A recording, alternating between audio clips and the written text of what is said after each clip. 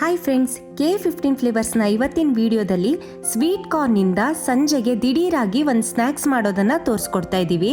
ನೀವಿದನ್ನು ಒಂದ್ಸಲ ಮಾಡಿಕೊಂಡ್ರೆ ಪದೇ ಪದೇ ಈ ಸ್ನ್ಯಾಕ್ಸ್ ಮಾಡ್ಕೊಳ್ಳೋದಂತೂ ಗ್ಯಾರಂಟಿನೇ. ಬನ್ನಿ ಹಾಗಿದ್ರೆ ಹೇಗೆ ಮಾಡೋದಂತ ನೋಡೋಣ. ನಿಮ್ಗೆ ಎಷ್ಟು ಬೇಕೋ ಅಷ್ಟು ಅಮೇರಿಕನ್ ಸ್ವೀಟ್ ಕಾರ್ನ್ ತಗೊಂಡು ಹೀಗೆ ಬಿಡಿಸಿ ರೆಡಿ ಇಟ್ಕೊಂಡಿರಬೇಕು. ನಾನಿಲ್ಲಿ 2 ಸ್ವೀಟ್ ಕಾರ್ನ್ ತಗೊಂಡಿದ್ದೀನಿ. ಅದನ್ನು ಡೈರೆಕ್ಟಾಗಿ ಕುಕ್ಕರಲ್ಲಿಟ್ಟು 3 ಕಪ್ ನೀರನ್ನು ಹಾಕಿ 2 ರಿಂದ 3 ವಿಷಲ್ ಕೂಗಿಸ್ಬೇಕು. ಜೋಳ ತುಂಬ ಎಳೆತಾಗಿದ್ದರೆ 1 ಕೂಗಿಸಿದ್ರೆ ಸಾಕಾಗತ್ತೆ.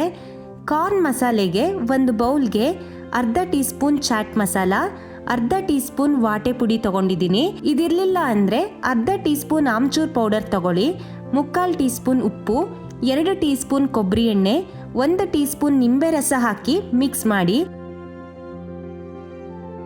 ಮನೇಲಿ ಚಿಕ್ಕ ಮಕ್ಕಳು ಇದ್ದರೆ ಖಾರ ಹಾಕ್ದಿರೋ ಈ ಮಸಾಲನ ಎತ್ತಿಟ್ಕೊಳ್ಬೋದು. ನೆಕ್ಸ್ಟ್ ಖಾರಕ್ಕೆ ಅಂತ 1/4 ಟೀ ಸ್ಪೂನ್ ಗಾಂಧಾರಿ ಮೆಣಸಿನ ಪೇಸ್ಟ್ ಹಾಕಿ ಮಿಕ್ಸ್ ಮಾಡ್ತಾ ಇದ್ದೀನಿ. ಇದು ತುಂಬ ಖಾರ ಇರೋದ್ರಿಂದ ಬರೀ 1/4 ಟೀ ಸ್ಪೂನ್ ಹಾಕ್ತಾ ಇದ್ದೀನಿ.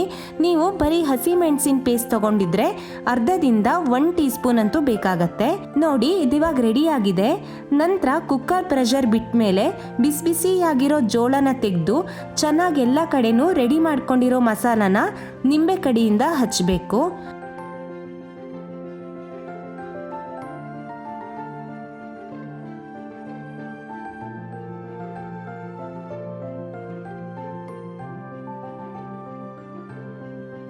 ಲಾಸ್ಟಲ್ಲಿ ಹೀಗೆ ಚಾಪ್ ಮಾಡಿದರೆ ಖಾರವಾಗಿರೋ ಕಾರ್ನ್ ಮಸಾಲ ರೆಡಿ ಆಗುತ್ತೆ. ಸರ್ವ್ ಮಾಡಬೇಕಿದ್ರೆ ನಿಮ್ಗೇನಾದರೂ ಎಕ್ಸ್ಟ್ರಾ ಖಾರ ಎಲ್ಲ ಬೇಕು ಅನಿಸಿದರೆ ಮೇಲಿಂದ ಮಸಾಲ ಹಾಕಿ ಮಿಕ್ಸ್ ಮಾಡಿಕೊಂಡು ಸರ್ವ್ ಮಾಡ್ಬೋದು. ನೀವು ಈ ರೆಸಿಪಿನ ಖಂಡಿತವಾಗ್ಲೂ ಒಂದ್ಸಲ ಟ್ರೈ ಮಾಡಿ, ಪದೇ ಪದೇ ಅಂತೂ ಗ್ಯಾರಂಟಿ ಮಾಡ್ಕೊಳ್ತೀರಾ.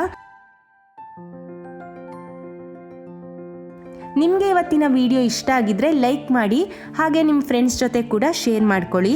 ನೀವಿನ್ನೂ ನಮ್ಮ ಯೂಟ್ಯೂಬ್ ಚಾನಲ್ನ ಸಬ್ಸ್ಕ್ರೈಬ್ ಮಾಡ್ಕೊಂಡಿರಲಿಲ್ಲ ಅಂದರೆ ಸಬ್ಸ್ಕ್ರೈಬ್ ಮಾಡಿಕೊಂಡು ಸಪೋರ್ಟ್ ಮಾಡಿ. Thank you.